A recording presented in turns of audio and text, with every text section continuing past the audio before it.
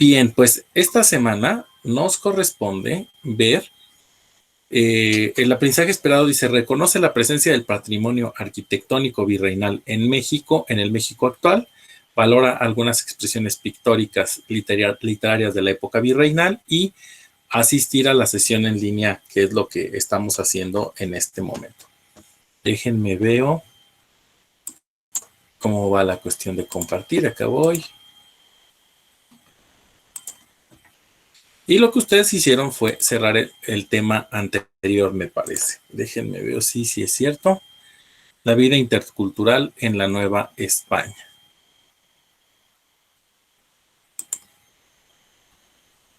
Ahora sí están viendo mi pantalla, ¿verdad? Sí. Sí. Gracias, muchachos. Bien, vamos a esperar nada más a que cargue un poquito la pantalla y que podamos estar y posicionarnos en la página que nos solicita.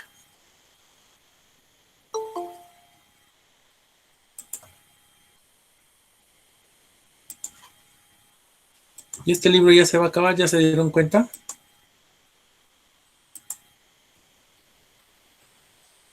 Sí.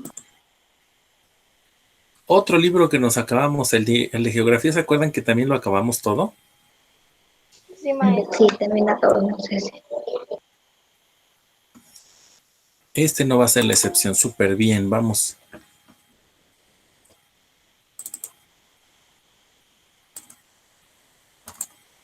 Bien, pues es la vida intercultural en la Nueva España. Y vamos a ver, ¿eh?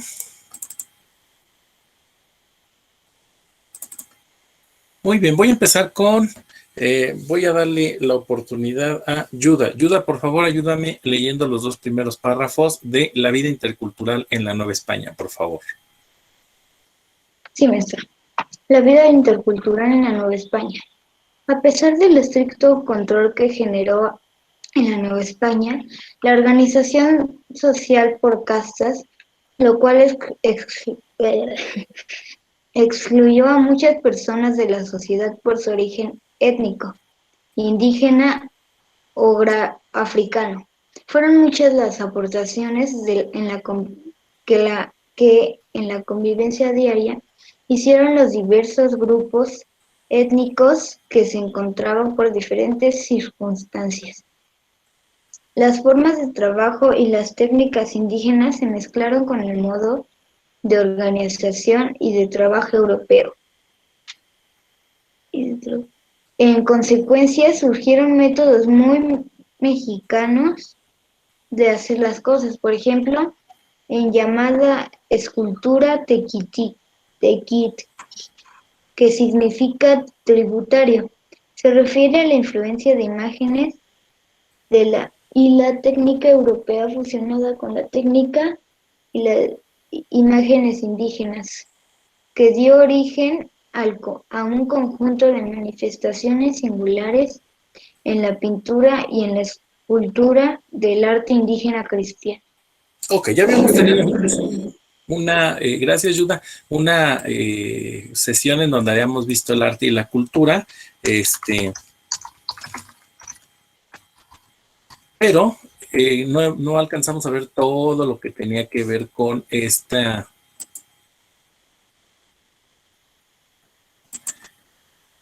forma. Miren, por ejemplo, eso de lo que habla de las esculturas de esta forma, aquí lo pueden ver, miren. Aquí tenemos una muestra de cómo eran estas representaciones de fusión, cómo se hacían sobre la piedra, vean. Y esto, pues evidentemente los españoles lo ocupaban en los templos, ¿no? En las iglesias. Y era como iban realizando todo este tipo de tallado en la piedra para que pudieran representar la fusión de las culturas, ¿sale? Ese es a lo que se refiere. Voy a regresar acá. Ok. Estas esculturas hoy se pueden apreciar en templos y conventos como el Estado de México, en la parroquia de Santiago Tequixquiac, en el claustro de Oxtoticpac, Estado de México, y en la parroquia de San Luis Obispo de Tolso, en Tlalmanalco. ¿qué es lo que están mostrando aquí? Pues ese tipo de arte, igual que el que les mostré ahorita en la página que acabamos de saltar, ¿vale? Ok, entonces voy a irme para acá. Y le voy a pedir a Rebeca que me ayude con el parrafito que sigue. Este estilo es muy notorio en las artesanías, dibujos decorativos y colores, así como en el uso del barro en las ollas, jarros y cazuelas, en la platería, en los muebles, como el quibal y el petate, entre otros objetos de uso cotidiano, máscaras, metate, molcajete, tejolote, comal, anafre, chiquihuite, guaje. La influencia asiática también se sumó al mestizaje gracias al contacto generado por los viajes de ultramar, el arte de los chinos, las habilidades manuales orientales y la influencia del arte hindú. Se reflejaron en los utensilios, el vestuario, las joyas y las esculturas que se introdujeron en la Nueva España. Gracias a estos viajes y a las ferias que se organizaban para comercializar la mercancía que se vendía de Oriente. Perfecto. Entonces, aquí lo único que nos están diciendo cómo es que eran esta escultura o este tipo de arte muy notorio en todos estos instrumentos que nos ha mencionado Rebeca. Y voy a avanzar con Julie. Julieta, no seas malita, por favor, los dos párrafitos de acá. Sí, desde lo de la Nueva España, ¿verdad? Así es. En la Nueva España se desarrollaron dos grandes ferias que sirven de punto de encuentro de culturas, además de la comercialización de los productos. La Feria de Xalapa, donde se vendían los productos provenientes del puerto de Veracruz, y la Feria de San Juan de los Lagos, que comercializaba los del puerto de Acapulco. Las ferias se relacionaban con las rutas de comercialización establecidas por tierra, por los calendarios del tráfico naval ultramarino y por las fiestas patronales de cada región. La feria se hacía en torno a la celebración de la Virgen o Santo Patrón del lugar. Los asistentes llegaban generalmente en peregrinación al santuario de devoción, donde también se instalaba la feria. A imitación de estas grandes ferias de cada pueblo, se hacía una feria para vender los productos de la región y que se relacionara con la fiesta del santo patrón del pueblo. Ok, ¿y díganme, quién no conoce hoy las ferias que generalmente se realizan en torno a los pueblos y sobre todo en torno a las iglesias de los pueblos, ¿no? Y es súper importante que ustedes conozcan que había ferias, dicen una de las más antiguas, la feria de Jalapa.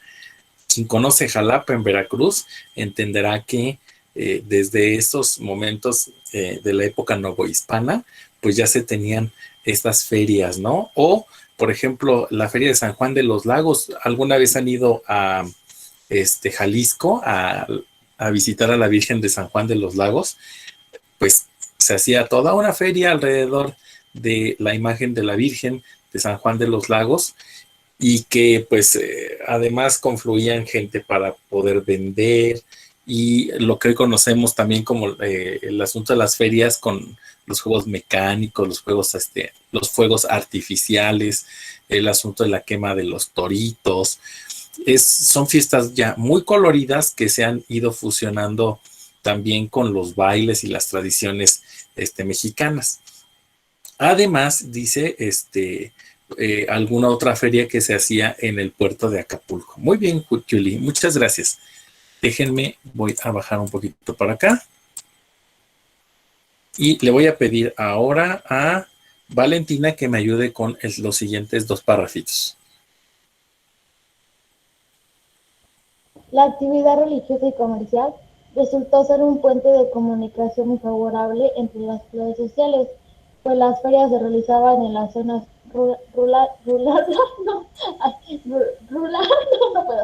Rurales, no te preocupes. No puedo.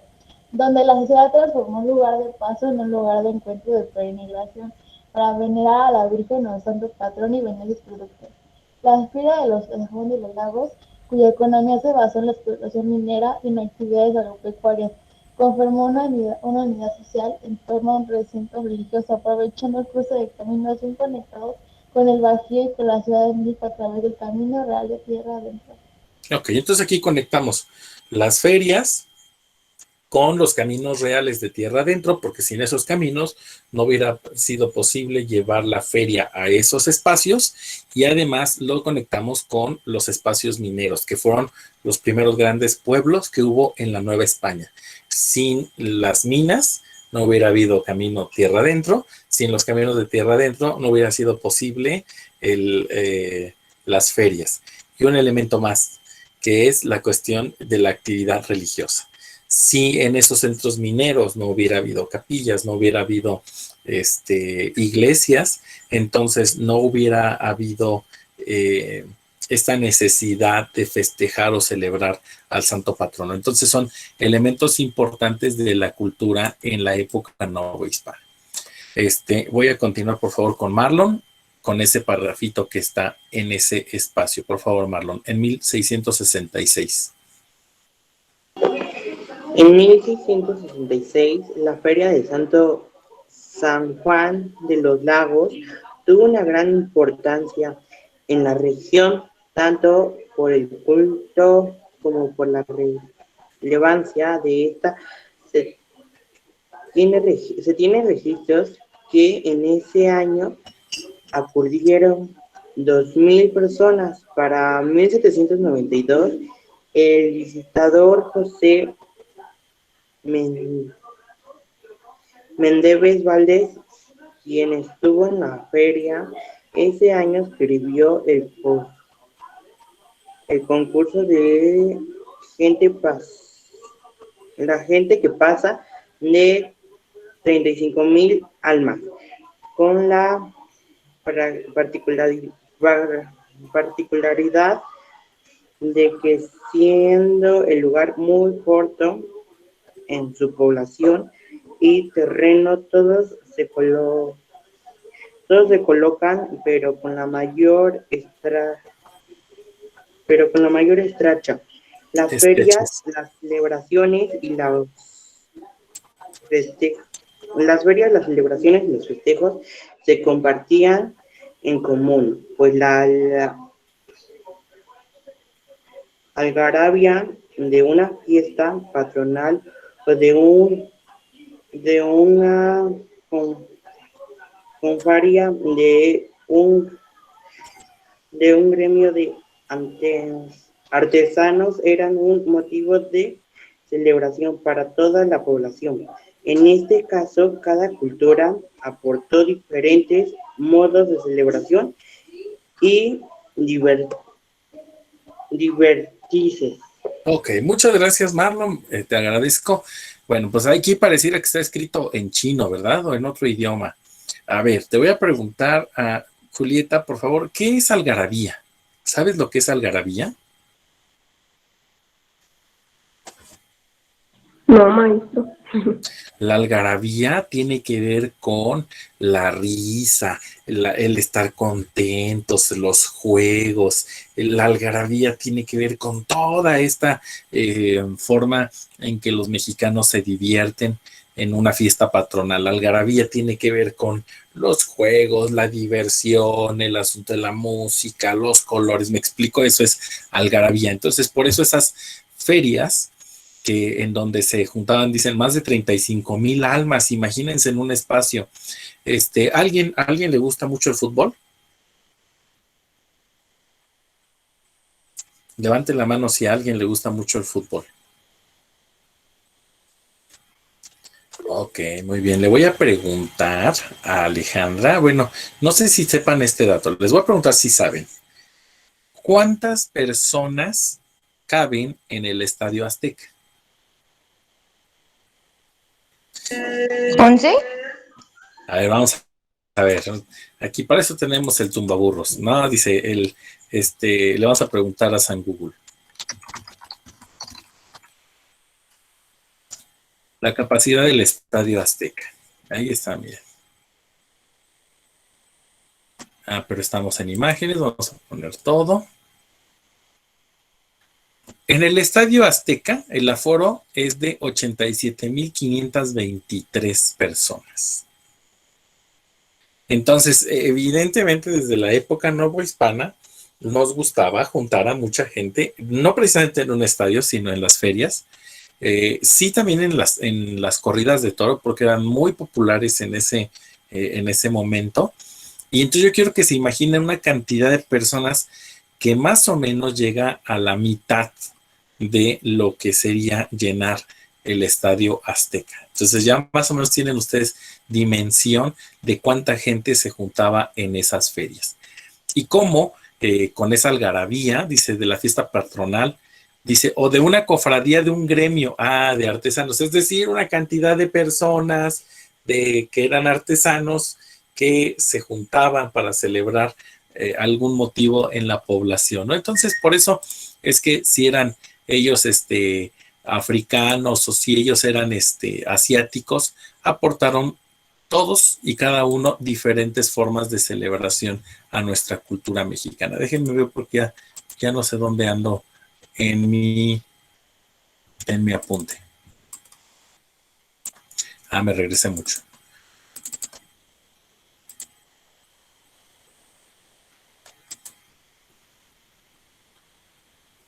Creo que íbamos aquí, ¿verdad? Sí. Perfecto. Entonces, pues eso es lo que tenemos que ver. Aquí estamos hablando de las ferias y vamos a ver qué otros datos nos encontramos, porque creo que aquí termina esta parte de la lectura. Prácticamente en la Nueva España siempre había un motivo para festejar algo y las celebraciones eran fomentadas por las autoridades, ya que era una forma de mantener en paz y armonía el pueblo. Fíjense, las fiestas tenían esa finalidad de mantener en paz al pueblo. Por ley, todos debían descansar los domingos. Aún los esclavos en las haciendas debían gozar de un día de descanso a la semana y acudir a misa. En las numerosas fiestas religiosas se hacían procesiones en las que participaban todos los sectores de la población. ¿Saben lo que es una procesión, verdad? Es cuando sacan al santo de la iglesia y lo hacen caminar por las iglesias, por las calles del pueblo. A eso se le llama procesión. Los adornos de flores y ramas, los ángeles con tocados de pluma, los bailes indígenas y el humo del copal recordaban los ritos prehispánicos, pues a la hora que iban pasando estas personas por esas fiestas, iban dejando el humo de estos incensarios y los bailes indígenas tal como los habían hecho en la época prehispánica. Después de la procesión seguía la fiesta del pueblo, donde no faltaban las canciones, los bailes, los juegos populares y los vendedores ambulantes. ¿No sabían en dónde habían surgido los vendedores ambulantes? Pues fue en esta época. La costumbre era comer en la calle todo tipo de alimentos y golosinas, y más durante los festejos de los santos patronos. Entonces, imagínense ustedes estar en un espacio, en una feria, y creo que ustedes sí lo han vivido, en ir a comer a la calle, porque justamente en esas ferias están los alimentos. Díganme, ¿qué han comido en una feria? Díganme, ¿qué han comido en una feria? Papas a la francesa.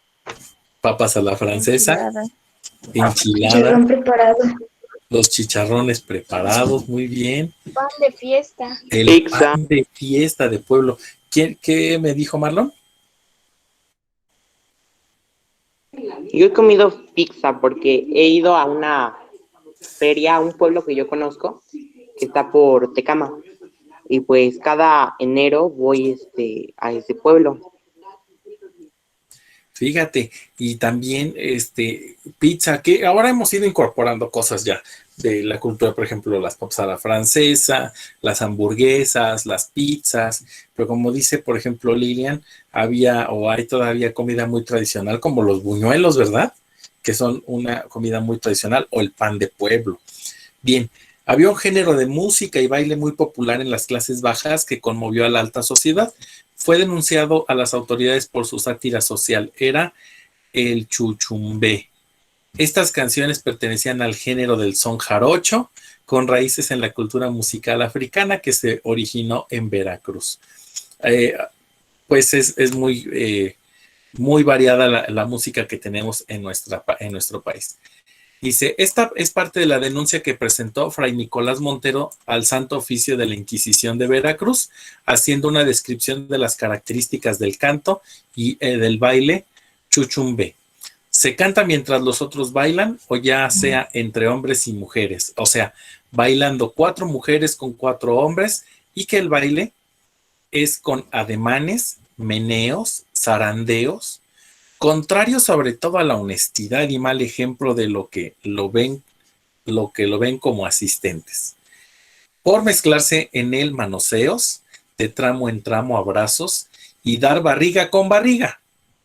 Esto se baila en casa de ordinarias, de mulatos y gente de color quebrado, no en gente seria ni entre hombres circunspectos, y sí soldados, marineros y brosa.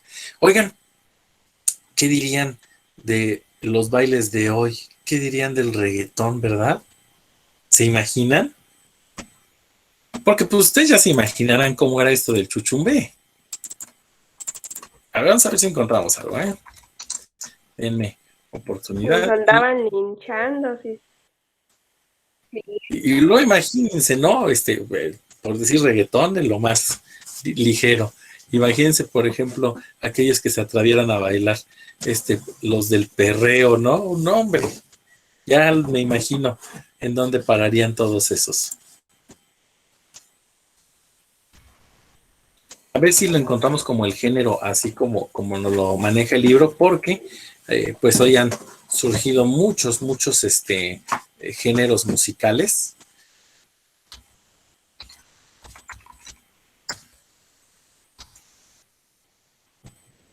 Vamos a ver si sale algo.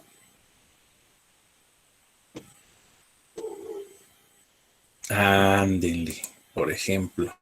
Vamos a ver si pueden escuchar esto. A ver si no sale comercial, ¿eh? No me hago cargo de los pagos del comercial.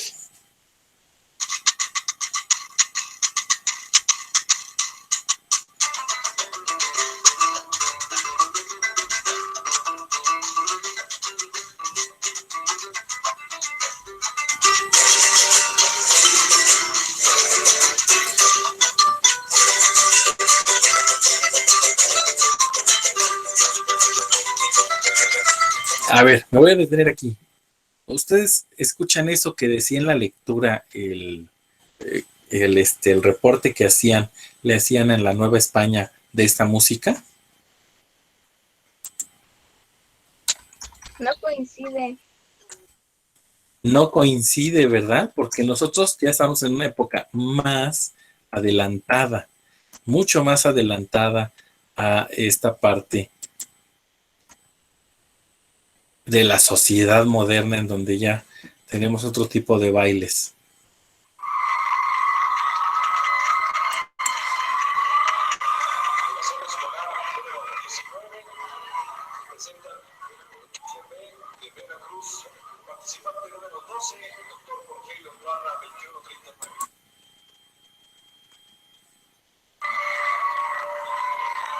Voy a adelantar tantito, ¿eh?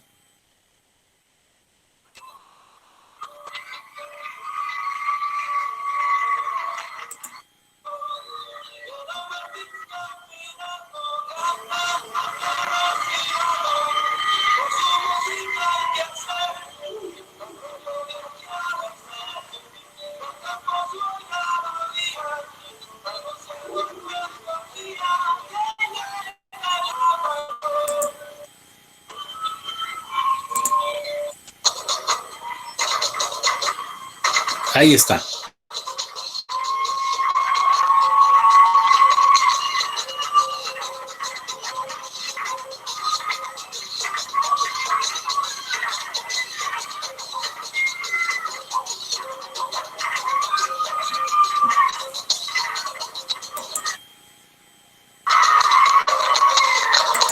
Voy a adelantar un poquito más.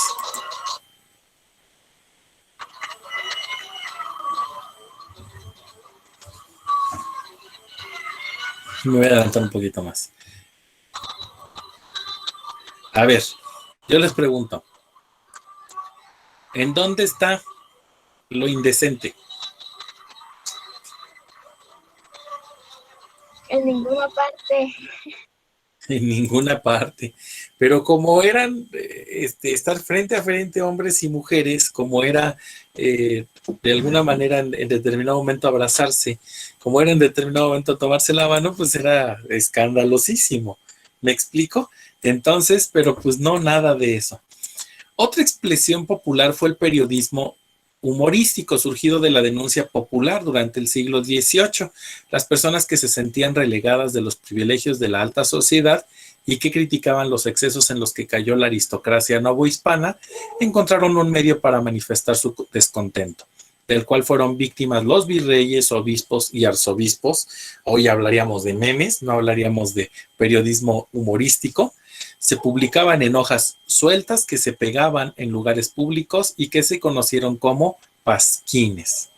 Algunos ejemplos de ellos dicen: señor Flores, peor usted que sus antecesores, dedicado al virrey Manuel Antonio Flores. A pesar de ser un buen gobernante, le fijaron este pasquín en 1788. Era como pegarle una hoja enfrente de su casa, ¿no? Güemes anda derecho porque el pueblo está en acecho. Al virrey Juan Vicente Güemes Pacheco de Padilla, uno de los mejores gobernantes durante la colonia. A lo que el virrey contestó en otro pasquín: tan derecho andará que a muchos les pesará. Para perpetua memoria nos dejó el señor Marquina una pila en que se orina, y aquí se acaba su historia. Para el virrey Félix Berenguer de Marquina, se convirtió en víctima de la burla porque mandó construir una fuente que nunca dio agua. Imagínense nada más estas situaciones. Muy bien, pues esto es lo que ustedes hicieron en el apunte de la semana, ¿verdad?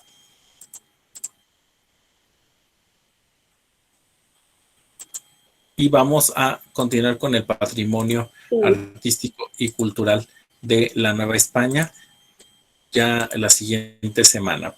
Bien, pues vamos a sacar nuestro cuaderno, por favor. Y les voy a pedir que del patrimonio pictórico y literario virreinal vayamos haciendo un apunte, un pequeño apunte, que es lo que me van a entregar el día de hoy.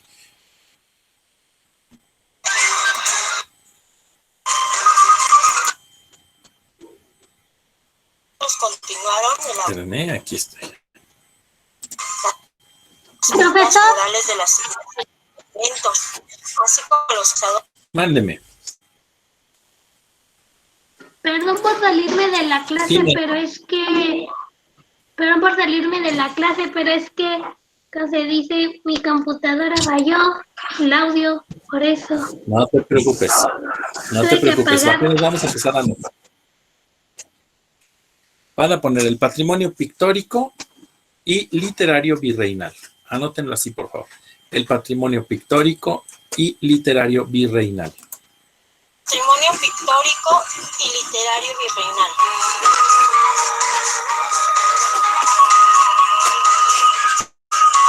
Aprendizaje esperado o propósito. Valorar algunas expresiones pictóricas y literarias de la etapa virreinal.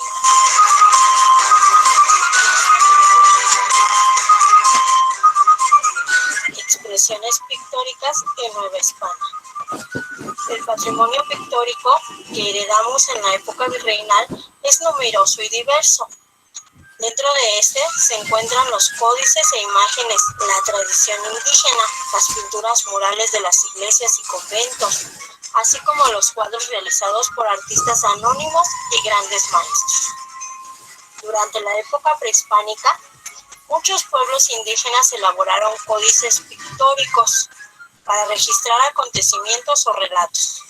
Tras la conquista, el surgimiento de la sociedad colonial, estos documentos continuaron elaborándose. A lo largo del siglo XVI, los frailes evangelizadores se dedicaron a estudiar las creencias y costumbres de los pueblos indígenas para poder acercarse a ellos y convertirlos al cristianismo. En colaboración con algunos indígenas que habían sido educados en escuelas fundadas por los religiosos, hicieron nuevos códices en los que narraban y explicaban su historia, tradiciones, costumbres y forma de ver el mundo.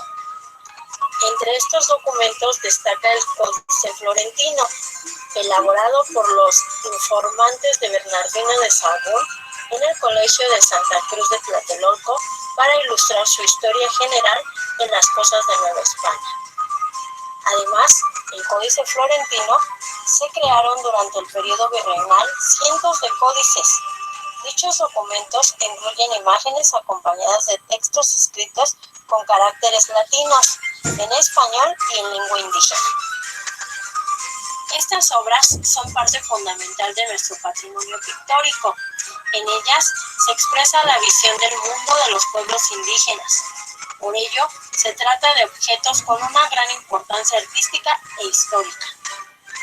Otro conjunto de obras que entonces ahí tienen una primera parte que pueden apuntar o tienen que tener en su apunte, que son los códices como patrimonio pictórico de nuestro país, y que algunos se hicieron ya en la época novohispana. Pues muchos de los que quedaron se hicieron en la época novohispana, porque los originales, adivinen qué les sucedió.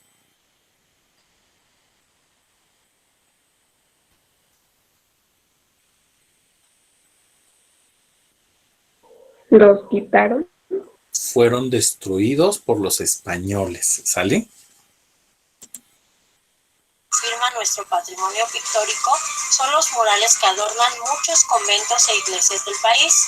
La mayor parte de ellos fueron elaborados por los frailes evangelizadores y sus ayudantes indígenas con el fin de decorar los espacios que habitaban y de transmitir los principios del catolicismo a los pueblos originarios. Las imágenes plasmadas en los muros remiten a diversos temas, pasajes de la Biblia, vidas de santos, acontecimientos del proceso de evangelización o elementos de la naturaleza, como plantas y animales. Para realizarlos, se tomaron como modelos estampas, grabados y libros religiosos europeos. El blanco y el negro fueron los colores más usados, así como otros de origen vegetal y mineral, como el rojo y el añil, que los indígenas conocían bien por haberlos empleados en las pinturas de los murales prehispánicos. Muchas de las personas que realizaron estas pinturas eran indígenas. Esto dio como resultado un sincretismo, es decir, una mezcla de elementos de varias culturas, que produjo expresiones artísticas que entrelazaban figuras y técnicas de origen prehispánico, europeo e incluso asiático, gracias al comercio con el continente. Durante la época virreinal se elaboraron también gran cantidad de cuadros en pinturas en lienzo, que hoy forman parte de nuestro patrimonio pictórico. Este tipo de pintura floreció durante el siglo XVII y XVIII. Los grandes artistas de estos siglos adornaron con sus obras iglesias, edificios de gobierno o residencias particulares de la élite de la Nueva España. Algunos de los maestros de las pinturas novohispanas, como Cristóbal de Villalpando, Juan Correa, José Juárez, José de Ibarra y Miguel Cabrera, desarrollaron de manera original el estilo barroco, que se caracterizó por representar escenas dramáticas de formas realistas, usar un gran contraste de luces y sombras y recurrir a colores intensos. Otra característica muy importante es que busca, ante todo, mover las emociones del espectador, es decir, producir sentimientos intensos. Los relatos de monjas coronadas con flores y adornos son también representantes de la pintura novohispana de este periodo. En ellos se manifiesta otra de las características del barroco, el gusto por la exuberancia y el desbordamiento en la decoración. Los colores empleados por los artistas de Nueva España también fueron singulares, en parte debido a que los artistas del virreinato no tenían los mismos colorantes que los europeos. Por ello, en el barroco mexicano dominan los verdes, rojos, azules y amarillos. El estilo barroco tuvo una vida más larga en Nueva España que en Europa y siguió dominando las escenas artísticas durante gran parte del siglo XVIII. En este periodo proliferaron las composiciones narrativas que buscaban transmitir historias de temas religiosos a través de enormes pinturas, el óleo en los muros de las iglesias y en los ricos retablos de los altares. En estas obras narrativas, los artistas plasmaron a menudo detalles de la vida cotidiana para crear un vínculo más íntimo con el espectador.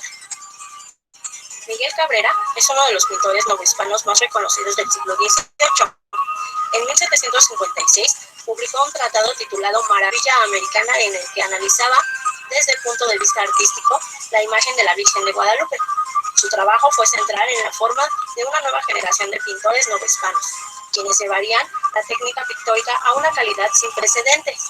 Algunos historiadores consideran que fue en este periodo cuando la pintura dejó de ser concebida por los novohispanos como una actividad artesanal y comenzó a ser valorada como una manifestación artística. Aunque los temas religiosos siguieron dominando el contenido de la pintura en el siglo XVIII, los artistas representaban con mayor frecuencia asuntos que no tenían que ver con la iglesia. El retrato adquirido más importante como signo de jerarquía social, una persona o familia que se hacía retratar, mostraba que era importante. Por otro lado, comenzaron a pintarse cuadros en los que se representaban a las ciudades novohispanas, así como las costumbres de la época. Durante este tiempo ahí, por ejemplo, pueden poner dos grandes pintores muralistas religiosos, Villalpando y Miguel Cabrera, que son los que tendrían que tener en su apunte, además de que pueden colocar que se comenzaron a hacer retratos de algunos personajes importantes de la ciudad, ¿sale? Periodo se volvieron comunes los cuadros de castas. Se trata de pinturas en las que se representaba a un hombre y a una mujer de distintas etnias y grupos sociales de los que existían en Nueva España, y a un niño o niña que mostraba el mestizaje, que resultaba de la mezcla de sus padres. Estos cuadros fueron elaborados bajo la influencia de las ideas ilustradas y el interés de la época por observar y clasificar la realidad. Hacia finales del periodo colonial, al igual que sucedió con la arquitectura, el neoclásico desplazó al barroco como el estilo artístico dominante dentro de la pintura. Este estilo se caracteriza. Ok. Ahora, que ustedes tienen un estilo, el barroco. Eso, predominaba el estilo barroco al inicio. Después vino otro tipo de arte. ¿Cómo dijo que era este arte? ¿Lo escucharon? Voy a regresar tantito para que lo escuchen. Desplazó al barroco como el estilo colonial y el interés de la época por observar y clasificar la realidad. Hacia finales del periodo colonial, al igual que sucedió con la arquitectura, el neoclásico desplazó al barroco como el estilo. Ok, el neoclásico desplaza al barroco. Y es una nueva forma de arte la que se propone a través de este neoclásico. Estilo artístico dominante dentro de la pintura. Este estilo se caracterizó por su rechazo a los excesos del barroco y por su interés en plasmar escenas religiosas y de la antigua clásica de forma sobria y solemne. Entonces, acordarán, el barroco, representación religiosa, ya el neoclásico deja atrás los elementos religiosos para tratar de ser más solemnes con las imágenes. Entre los artistas neoclásicos más destacados de la Nueva España se encontraba el pintor de origen español Rafael Jimeno y Planes. La fundación de la Academia de San Carlos en 1783 impulsó el neoclasicismo y fue fundamental para la vida artística del virreinato. Como sabes, esta academia atrajo a artistas españoles y novohispanos y permitió que muchos de ellos pudieran dedicarse de manera profesional a la creación artística. Tanto la Academia de San Carlos como el estilo neoclásico continuaron siendo muy importantes en el arte mexicano después de la independencia.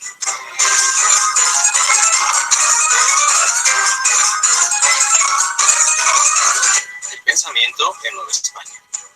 Nuestro patrimonio literario colonial son las obras escritas en las que los habitantes de Nueva España describieron lo que vivieron, pensaron y sintieron sobre distintos temas. Estos documentos son muy valiosos porque nos permiten reflexionar no solo sobre nuestro pasado, sino también sobre experiencias universales como el amor, la esperanza, la injusticia, etc. A lo largo de este curso, has estudiado sobre las crónicas históricas que escribieron en el siglo XVI Bernal Díaz del Castillo, Hernán Cortés y Fray Bernardino de Sahagún. Estos documentos tienen desde luego un valor histórico, pero también literario, porque sus autores supieron expresar con habilidad su propia perspectiva acerca de lo que vivieron, en ocasiones con gran dramatismo. En todo el virreinato convivían europeos y nativos americanos, que procedían de culturas que hasta poco antes habían sido completamente desconocidas y extrañas entre sí. ¿Te imaginas lo que debieron pensar y sentir los novohispanos durante el siglo XVI?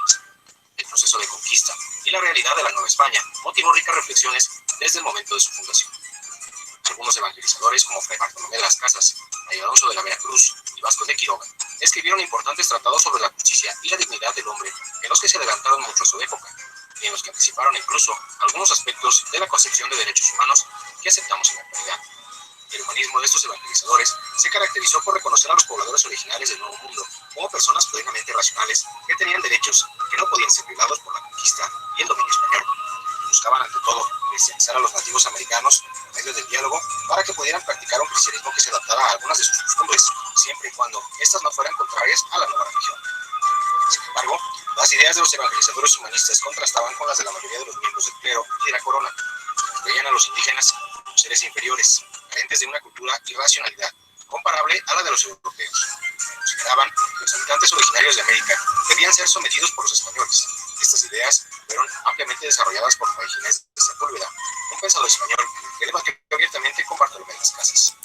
Entonces ya tienen ahí a los principales escritores literarios de la época virreinal: Fray Bernardino de Sahagún, Vasco de Quiroga, Fray Bartolomé de las Casas, que en cierto modo fueron los primeros que empezaron a tener pues crónicas de la ciudad, crónicas y algunos tratados acerca de estas situaciones de las leyes, ¿vale? Bernardo de Valbuena y Juan Suárez de Peralta buscaron defender los derechos de los criollos y redactaron importantes textos literarios para enaltecer a las tierras y los habitantes de la Nueva España. Carlos de Sigüenza y Góngora fue otro pensador que destacó por la defensa y exaltación de la Nueva España y de su pasado. Este prolífico escritor publicó en 1680 una obra titulada Teatro de Virtudes Políticas. Muchos tratados de la época presentaban en él las virtudes que debía seguir un buen gobernante. No obstante, se distinguió por proponer como modelos a seguir a los antiguos emperadores mexicas. Ello buscó equiparar el pasado prehispánico de la Nueva España con la antigüedad clásica europea. Otro autor destacado del siglo XVII fue el obispo de Puebla y México, Juan de Palafox y Mendoza, quien escribió tratados políticos en los que propuso reformar la manera en que se estaba organizada la Iglesia de la Nueva España, así como la forma en que eran tratados los indígenas. Asimismo, formó en Puebla la primera biblioteca pública de América, conocida como la Biblioteca Palafoxiana. A finales del siglo XVI y principios del XVII, las discusiones sobre la conquista y el dominio de los pueblos indígenas dejaron de ser centrales para los pensadores de la Nueva España y un nuevo problema comenzó a ser debatido: el lugar que debían ocupar los españoles nacidos en América dentro del gobierno de los virreinatos y sus derechos. El pensamiento humanista reapareció con fuerza en Nueva España a mediados del siglo XVIII por medio de jesuitas criollos que se inspiraban en la Ilustración: Diego José Abad, Francisco Javier Clavijero y Rafael Landívar. Estos frailes estudiaron las nuevas ideas científicas y las difundieron en sus escritos y colegios. Las ideas de Clavijero sobre las civilizaciones prehispánicas y su reconstrucción de la historia de los pueblos indígenas hasta antes de la llegada de los españoles contribuyeron a que se valorara más este pasado y que se formara una conciencia nacional, la cual influiría después en el movimiento de independencia de México.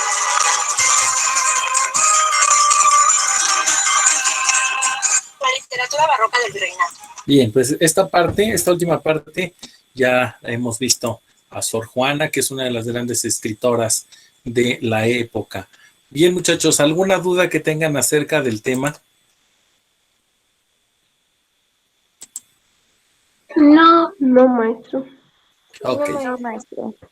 Quiero, por favor, nada más que tengan muy en cuenta que tienen que leer perfectamente la tarea, porque últimamente he dejado o mapas conceptuales o algunas preguntas. Probablemente la siguiente vez deje un cuestionario, porque algunos, no todos, la mayoría me ha estado entregando lo que he pedido, afortunadamente, pero algunos me siguen entregando algunas tareas que no les he solicitado. Por favor, me van a colocar en este momento su nombre, empezando por apellidos, para poder cerrar nuestra sesión del día de hoy.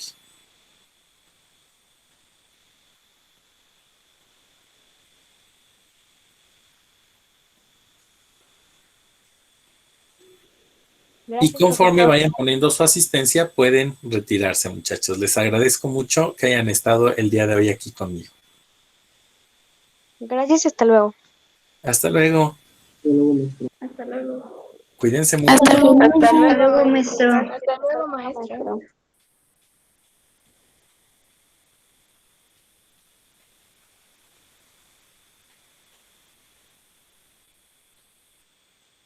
sayonara, profesor. Sayonara. Cuídate mucho, Lilian. Hasta luego.